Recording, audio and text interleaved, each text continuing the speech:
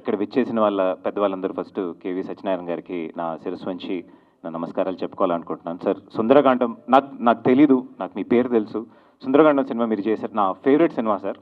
అసలు ఎన్నిసార్లు చూసానో నాకే తెలియదు. మా పాత వీసీఆర్ టేప్ ఉండేది మా ఇంట్లో, అది అరిగే వరకు చూశాను. గొప్ప సినిమాలు ఇచ్చినందుకు ఫస్ట్ మీకు నా కృతజ్ఞతలు సార్, థ్యాంక్ యూ. అండ్ వచ్చిన బివిఎస్ రవి గారు నా మంచి ఫ్రెండ్, ఆయన బయలుదేరిపోయారు. సార్, అశోక్ కుమార్ గారు, నేను ఫర్ లాంగ్ టైం నాకు మీరు ప్రొడ్యూసర్ అని తెలియదు సార్. సినిమాల్లో చూసి చాలా మీ మీద ఒక ద్వేషం వచ్చేది సార్. ఎస్పెషలీ రెవల్యూషనరీ సినిమాల్లో మీరు ఎక్కువ విలన్గా వచ్చేవారు in the 90s growing up. నేను కౌన్సిల్ ఉన్నప్పుడు మెసేజెస్లో చూస్తూ ఉండేవాడిని. దెన్ ఐ రియలైజ్ మొన్న మీరు ఈషా ఆడియో ఫంక్షన్లో చాలా thank you so much sir, చాలా మంచి మాటలు చెప్పారు. అండ్ ఈరోజు పెద్ద స్థాయిలో ఉన్న వాళ్ళు వచ్చి మీరే నన్ను ఇంట్రడ్యూస్ చేశారని చెప్పినప్పుడు there is so much more hope.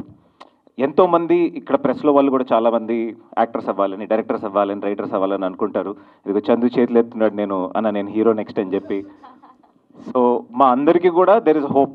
Okay, ఎక్కడో ఒక చోట స్టార్ట్ చేసినా ఒక చోట మనకు ఒక ఆపర్చునిటీ వస్తుంది అని. Thank you so much for igniting that hope again sir.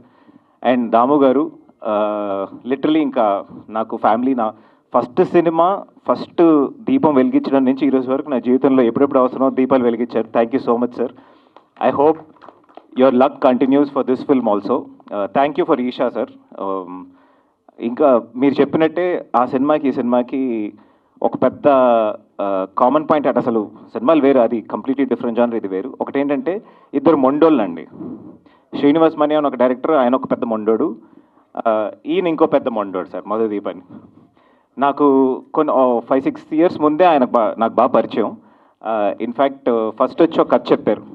నేను యాక్చువల్లీ డైరెక్టర్ అంటే ఒక పర్టికులర్ పర్సనాలిటీ ఉంటుంది. ఈయన ఏంటి ఇంత డీసెంట్గా ఉన్నాడు, ఏంటి చదువుకునేలా ఉన్నాడు, వాట్ ఇస్ దిస్ సార్, నాకు అర్థం కాలేదు. ఆ సినిమా జరగలేదు. ఒక 1-2 ఇయర్స్ తర్వాత మళ్ళీ వచ్చారు సార్, ఇంకొక ప్రొడ్యూసర్ ఉన్నారు, ఇంకో స్క్రిప్ట్. నేను ఆయనకు ఒకే మాట చెప్పాను, సార్ ఈ సబ్జెక్ట్ కాకపోయినా మీకు ఎప్పుడు ఓకే అయినా మీరు చెప్పండి sir, my doors are open అని. వచ్చి కథ చెప్పారు. ఆ రోజు నుంచి ఈ రోజు వరకు జర్నీ చేస్తున్నాం. మధ్యలో సినిమా కొంచెం లేట్ అయింది. నేను ఒకరోజు ఫోన్ చేశాను, ఒక 1-2 ఇయర్స్ స్టార్ట్ అయ్యి కొంచెం కోవిడ్ తర్వాత మేము కొంచెం టేక్ ఆఫ్ చేయలేకపోయాం. అప్పుడు ఫోన్ చేసి, సార్ నేను మీకు ఇంకో సినిమా సెట్ చేస్తాను, మీరు మంచి డైరెక్టర్, యానిమేషన్, ఎడిటింగ్ అంతా వచ్చు మీకు. అండ్ నా లైఫ్లోనే ఒక సెట్లో 61 పర్సన్ ఈయన సార్. ఆయన ఓపిక, ప్లీజ్ ఒక్కసారి దీన్ని క్లాప్ చేద్దాం సార్. ఎందుకంటే జనరలీ మీరు సెట్ చూస్తే ఒక ఫిష్ మార్కెట్లా ఉంటుంది అండ్ ఒక డామినెన్స్, ఎక్కడో చోటు నుంచి ఏదో ఒక వాయిస్ వస్తుంది. అసలు ఇన్ని ఏళ్లలో అసలు ఎంత అంటే ఎంత మొండో అంత ఓపిక ఉందన్నమాట సార్. మీరు గెలిచి